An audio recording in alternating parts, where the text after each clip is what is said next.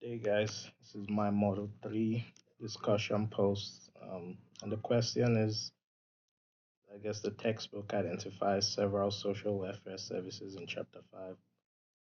Which of these services do you believe are most needed in rural communities? What do you base your answer on and why? Anyway, I apologize. My kid is in the background and he's just um, screaming, he's just playing.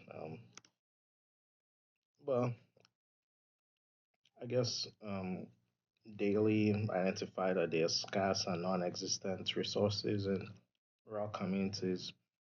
However, said this was not always the case, and that's from page 141.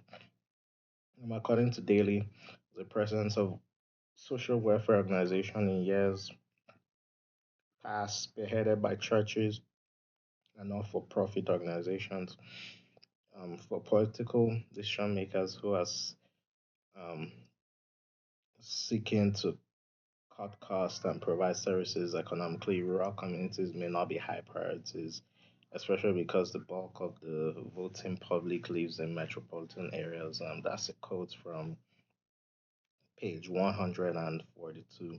Um, I feel like that happens a lot in my community. I live in Bristol, Tennessee. So I'm also familiar with other areas of Southwest Virginia and Northeast Tennessee, and a lot of times people that I've spoken with complain about not, the lack of a transportation system. However, it seems that there might not be um, enough use of it if that's provided. Therefore, might not be sustainable and profitable.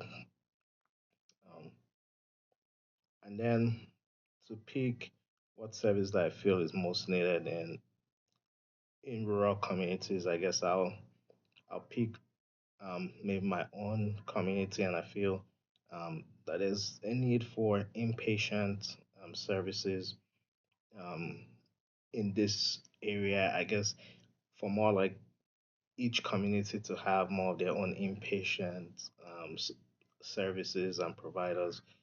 However, I can see how this is not economically viable. But hopefully, maybe it could work if they make them like sizable, like smaller and like more manageable, just to fit like the demand in each of those areas. Um, and that's from this need I picked from page 143.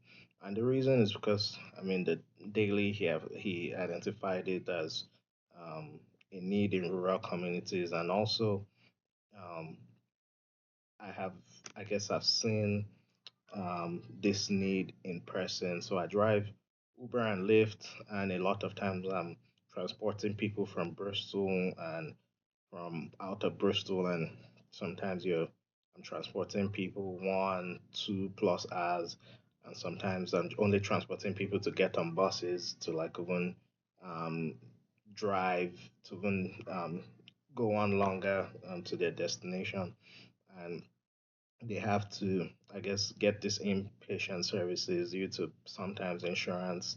Once the insurance will accept being far away from them, but generally speaking, to people just not having that availability that is in their own proximity, so then they have to drive a few hours, and then what I've seen that this limits people from having like the physical support of their family and friends just because they're away from home, so they're only mostly having to rely on like phone, and then not having that physical support in person that a lot of people crave. And then I guess also speaking with like inpatient resources, apart from not having that family support, like just generally people um, lose their sense of home. Some people don't feel at home when they're away in another community. And with some of these inpatient services for those that like substance abuse, if you're looking at halfway homes and then people having to basically be there for a long time. That could move them away from their homes, not just for a short period of time, but it could be forever. I hope you all have a safe week with all the snow and everything. Bye.